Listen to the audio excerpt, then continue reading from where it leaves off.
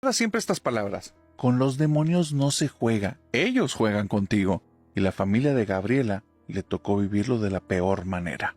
La historia que estoy a punto de decirte, de contarte, es una historia que tiene muchos detalles que son muy fuertes, así es que yo te recomendaría que si eres menor de edad, vela mejor o escúchala mejor en presencia de un adulto, y si estás escuchándolo ahí con tus hijos, toma las precauciones necesarias.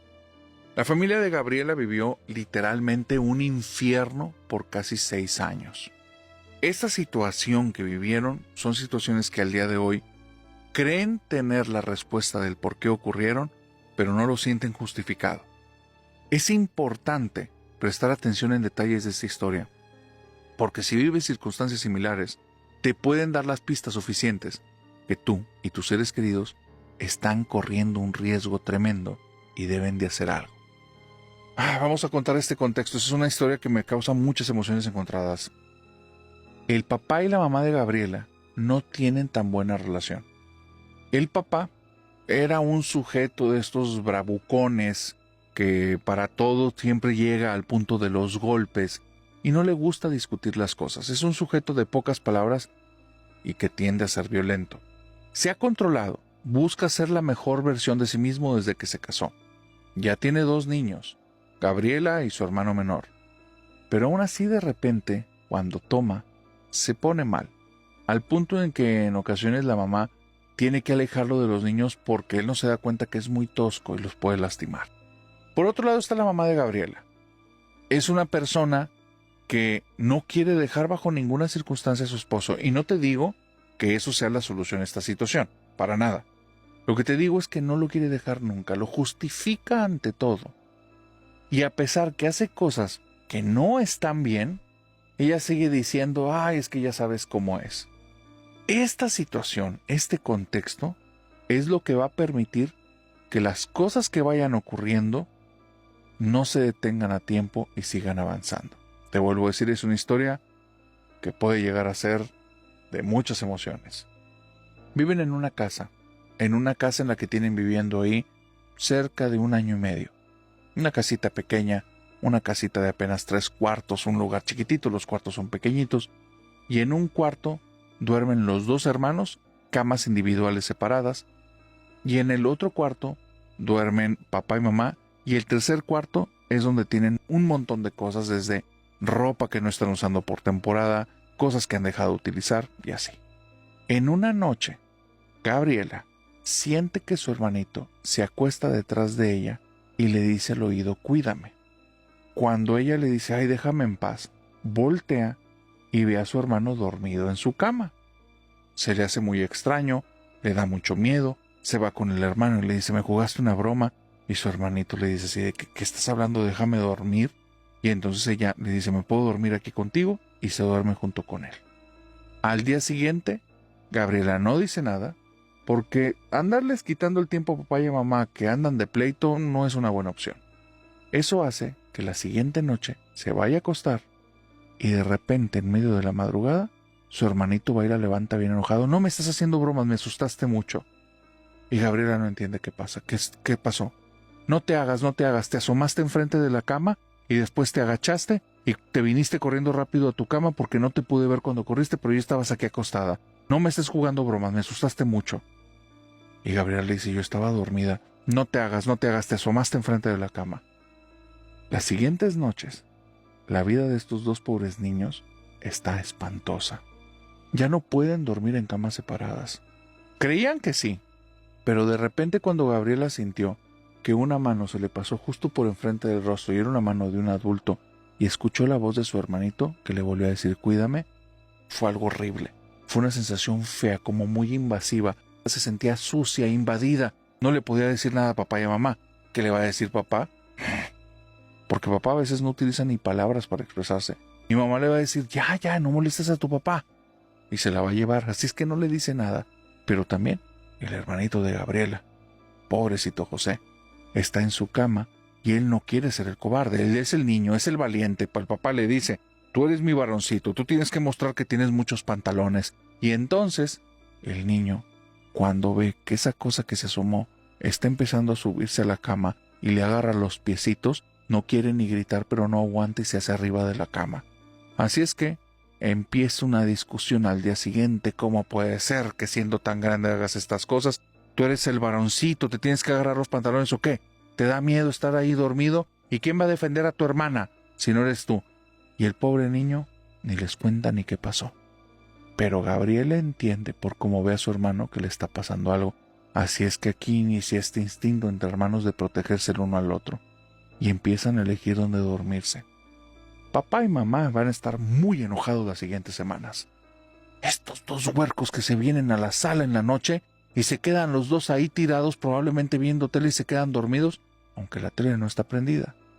Y a veces se quedan dormidos en el piso. Ya no estén saliendo de su habitación esa hora, no está bien. Por eso tienen sus camas, y si no utilizan sus camas las vamos a regalar.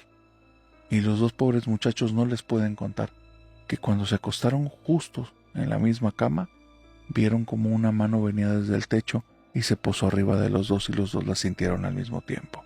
Y había una persona ahí, en el techo viéndolos, sonriéndoles. Ellos no pueden contar nada de esto. Ellos lo único que pueden hacer es salirse de la habitación e intentar que esa cosa no los capture, no los atrape. Llega un momento en el que son tantas vivencias que están teniendo que ellos ya tienen miedo no solo durante la noche, sino durante el día.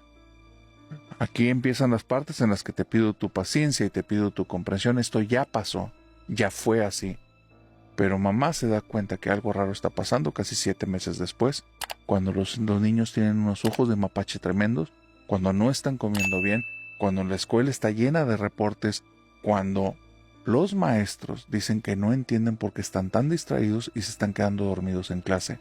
Pero estos reportes tienen meses de estarse acumulando. Papá y mamá tienen que solucionar su situación de pareja. Es que él ya no me trata como antes. Y es que... porque él no habla. Él ni siquiera se expresa. En esta caricatura que parece esta familia, la mamá de Gabriela toma cartas por primera vez en el asunto, va y habla con su esposo. Algo les está pasando a los niños, tenemos que hacer algo o nos los van a quitar. Es lo que le importa a mamá. Así es que él dice, a mí nadie me va a quitar mis hijos. Pues es que en la escuela ya nos mandaron muchos reportes y ya me mandó decir la directora que está muy extraño esto. Va el papá por Gabriela y el hermano, se los lleva a la sala siendo el menos indicado para desarrollar una conversación de este nivel de delicadeza y les dice, díganme qué pasa o los voy a regañar. Así inicia. Y ellos dos se quedan callados y dicen, perdón papá.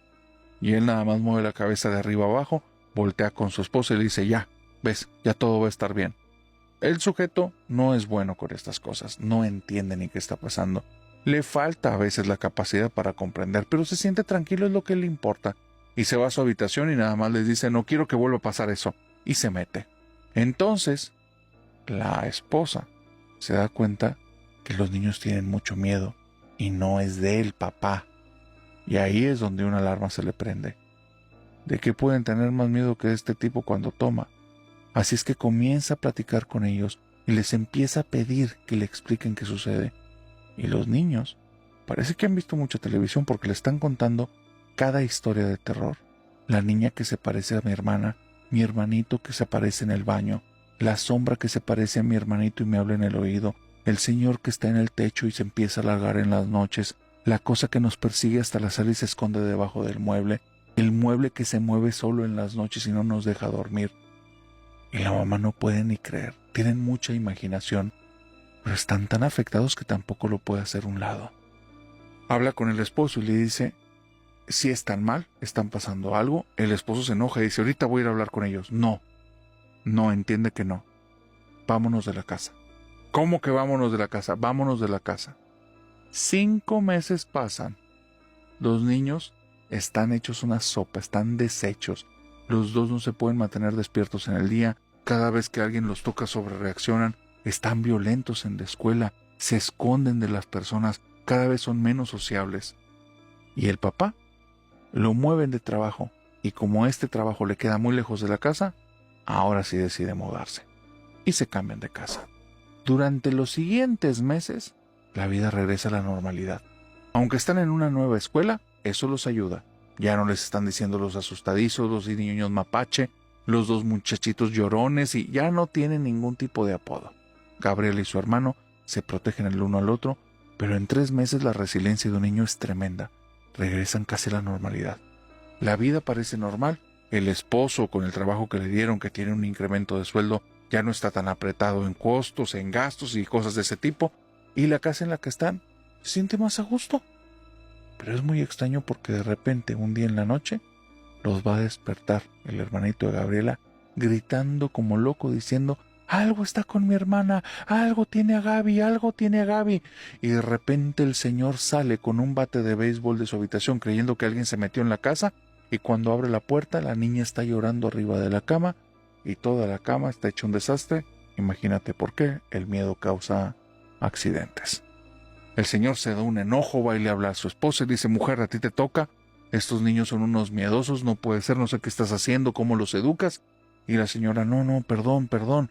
Y cuando va con la niña la está regañando, pero después se empieza a enterar, no sé cuántos días después, pero se empieza a enterar que la niña vio a su papá, pero tenía un detalle: la cara la tenía quemada, toda quemada.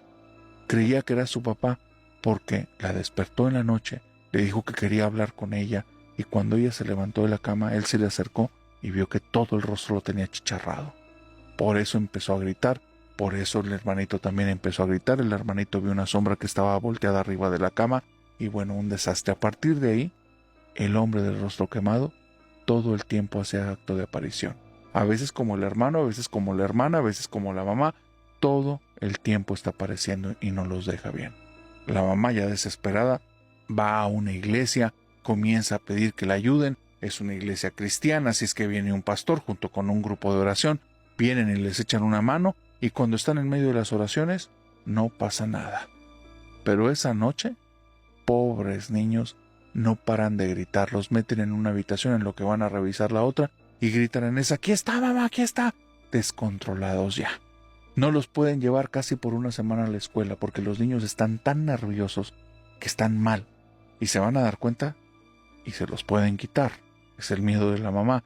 Así es que ella busca alternativas y finalmente le hablan de una mujer que se limpia. Cuando llega con esta mujer, entra al lugar en el que daba este servicio, y cuando entra, la mujer apenas la ve, dice: tú y tu muerto se me salen, salte de aquí. Y la corre. Y estando afuera dice: no te voy a dejar que entres porque no quiero que me dejes nada del mugrero que traes. Tu esposo hizo algo y los persigue un muerto, y este no es un muerto cualquiera. Ve y dile a tu esposo que solucione sus problemas, porque si no, no se les va a quitar. Y no vuelvas a venir por aquí, que no quiero que me dejes tus mugreros. Cuando la esposa, esta mujer, se va a platicar con su esposo y le dice: hiciste algo y no me dijiste. No, mujer, no sé de qué estás hablando. Pero luego nota que ya no le está hablando con ese enojo. Está evadiendo el tema. Tú hiciste algo, por eso se empezaron a aparecer cosas en la casa. ¿Qué hiciste? Y entonces el esposo está evadiendo el tema, hasta que de repente va al closet, se mete y saca una pistola envuelta en un pañuelo. Abre el paño, es un revólver muy grande, un revólver que no debería de tener porque la señora le había dicho estrictamente: no quiero que nunca más vuelvas a tener un arma. Pero este tipo, de una manera no legal, lo consiguió porque escuchó que en esa casa donde empezaron a ocurrir las cosas, a varios vecinos se les habían metido ladrones, y él dijo: conmigo no se van a meter. El problema era la pistola. Le habían dejado muy claro que con esa pistola habían llevado a una persona al otro mundo. Por eso se la iban a dejar barata, porque si se la llegaban a encontrar, era de él, y no podía revelar quién se la vendió. Como él nada más la quería para utilizarla en casa en caso de defensa, lo cual, si te puedes dar cuenta, todo es una estupidez, es algo nada pensado, el sujeto la tenía guardada. ¿Sabes qué es lo extraño? Y él ya sabía y se lo guardaba. Entre casa y casa, el tiempo en el que no pasó nada, es porque habían dejado cosas en la casa anterior. Y en esa casa anterior, una de las cosas que habían dejado era la pistola. El día que la pistola llegó a la casa, el hombre de rostro quemado apareció. Se deshizo de la pistola y después de eso, 2 meses de oraciones continuas les trajo paz a los niños, pero el hombre del rostro quemado ya los había dejado. Estaba ligado a ese objeto. Tal vez había sido la persona a la que le habían quitado la vida con esa cosa. Tal vez era lo que provocaba que cuando la tuviera en sus manos le dieran ganas de usarla.